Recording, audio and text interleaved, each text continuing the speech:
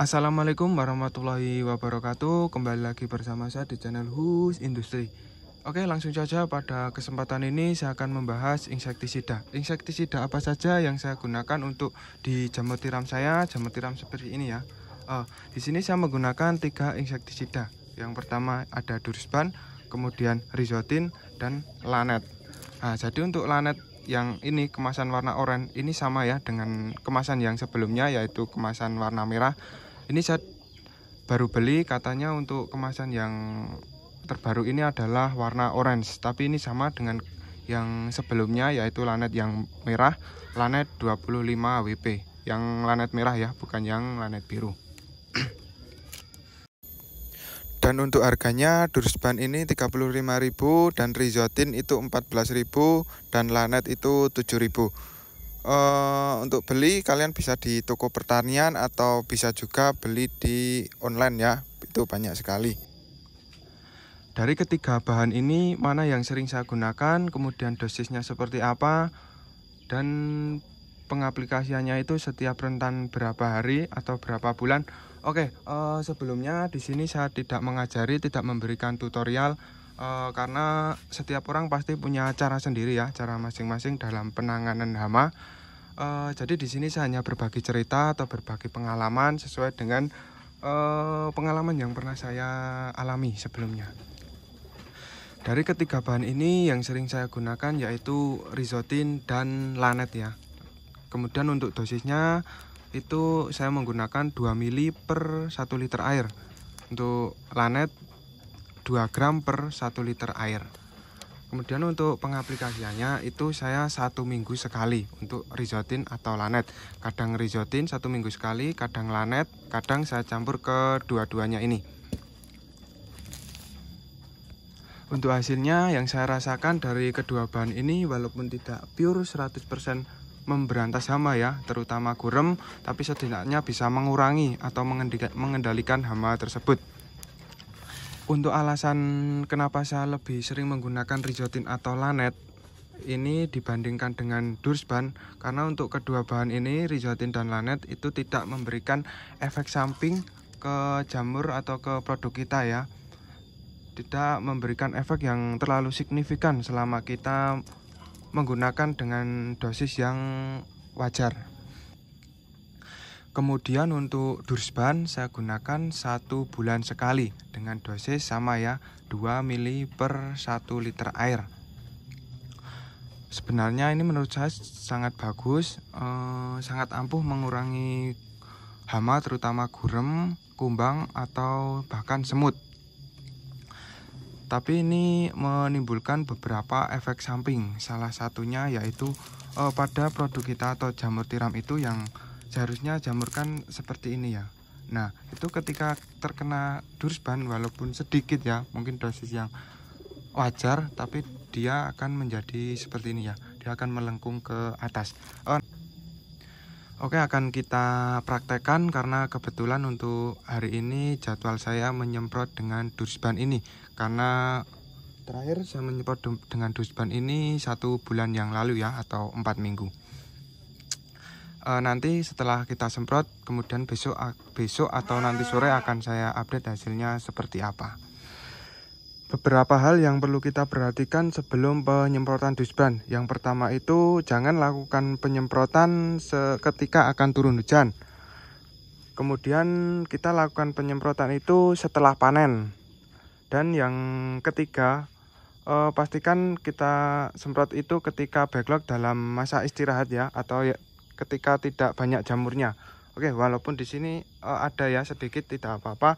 Sekalian kita coba nanti ketika ini terkena Dursban itu akan seperti apa. Oke, jadi akan kita racik dulu ini, kemudian langsung kita semprot saja. Oke, di sini saya menggunakan semprotan kecil ya, yang manual dengan kapasitas 1,5 liter. Tapi kalau nanti kalian menggunakan semprotan yang besar seperti ini, bisa disesuaikan sendiri saja. Oke, karena saya tidak punya pipet tetes ya atau takaran, jadi tinggal kita kira-kira saja ya. Untuk 1,5 liter berarti sekitar 2,5 mili lah atau 3 mili. kita kira-kira saja berapa tetes. Oke, cukup seperti ini. Dan kita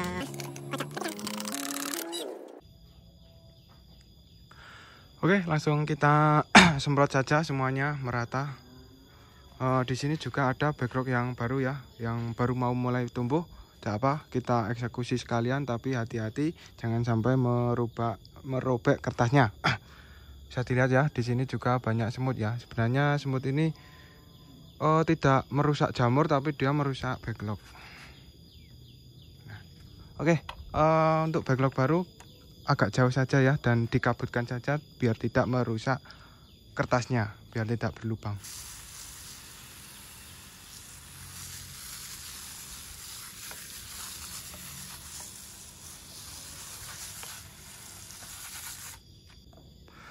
Nah oke, besok atau nanti akan saya update ya untuk perkembangan jamurnya ini akan jadi seperti apa setelah terkena insektisida Dursban ini.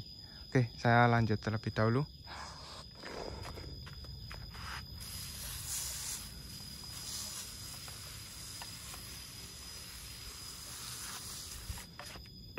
Oke, mungkin akan saya selesaikan dulu saja ya. Ini saya sedikit repot kalau sambil nyemprot sambil ngerekam, juga untuk agar durasi videonya itu nanti tidak terlalu lama ya, biar tidak membosankan.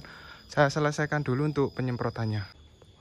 Oke, sudah saya semprot semua ya menggunakan Dursban.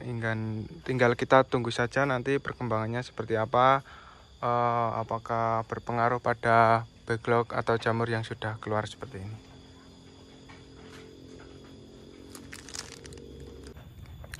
Oke, jadi setelah kita semprot Dursban ini, kumbung ini jadi bau ya, khas sekali baunya, seperti pekat sekali untuk aroma bahan kimianya. Di sini saya juga menggunakan masker ya, jadi kalian bisa menggunakan masker ketika penyemprotan Dursban ini. Di sini saya juga punya, ini tadi saya sisakan satu ya, yang tidak saya semprot dengan Dursban. Ini nanti kita taruh saja di sini. Kita lihat perbedaannya ketika yang tadi terkena Dursban dengan yang tidak. Oke, semoga besok ada waktu ya.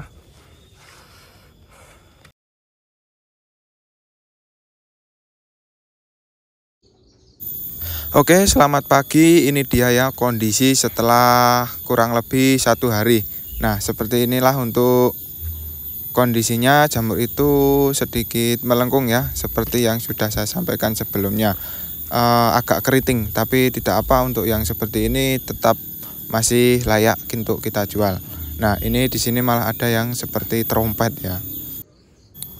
Nah, ini apabila terkena terlalu banyak itu agak parah ya untuk keritingnya, tapi untuk kondisi yang seperti ini masih tetap layak untuk kita jual. Tapi untuk hama seperti semut itu hilang ya di sini. Untuk jamur juga ini kelihatan bersih ya, tidak ada hamanya. Dan ini dia ya yang kemarin kita buat perbandingan, ini yang terkena Dursban ya, untuk kondisinya seperti ini. Dan ini yang kemarin tidak terkena ya, atau tidak saya semprot dengan Dursban, tapi tetap sedikit melengkung. Mungkin karena terkena radiasinya ya. Jadi mungkin kalau kalian telaten ketika penyemprotan Dursban ini, ketika ada jamurnya itu bisa dilewati ya. Tapi karena saya tidak telaten ya, jadi saya semprot semuanya saja. Nah, ini untuk kondisi yang lain ya. Untuk sama lah, semua yang terkena Dursban itu akan keriting. Tapi hama itu bisa hilang ya, dimana kalau hama itu hilang, backlog itu akan berpotensi untuk keluar jamur itu lebih banyak. Besok akan saya tunggu dan insya Allah akan saya sepil. Nah, bahkan di sini yang kecil pun ikut kelihatan keriting ya, ini besok akan melengkung.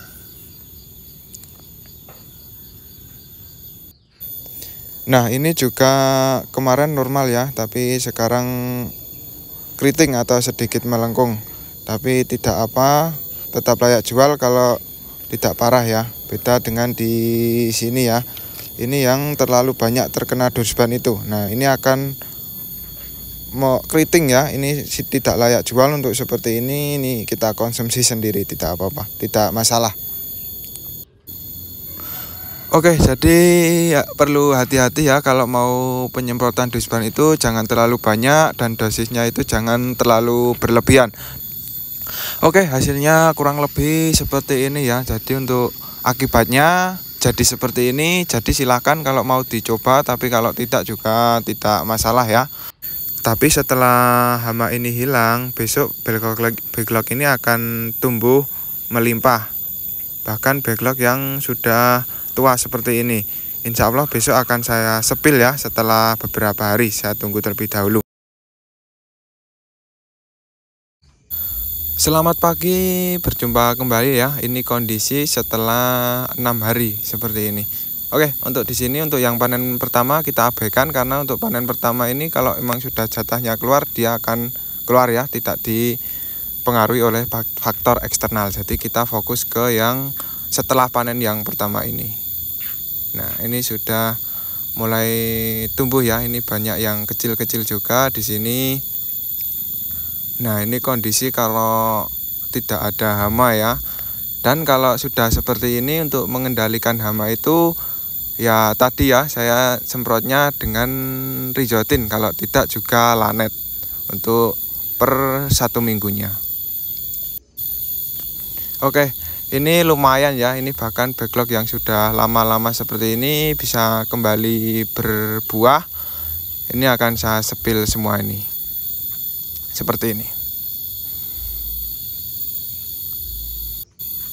Dan ini normal ya, untuk tumbuhnya sudah normal, sudah tidak mengkelung kembali atau tidak keriting. Oke, cukup sekian video kali ini. Sekali lagi ini bukanlah video tutorial karena di sini saya hanya berbagi cerita apa yang sering saya lakukan. Semoga video ini bermanfaat. Kalau ada yang berguna silahkan diambil, tapi kalau tidak juga tidak apa-apa. Terima kasih, saya akhiri. Wassalamualaikum warahmatullahi wabarakatuh.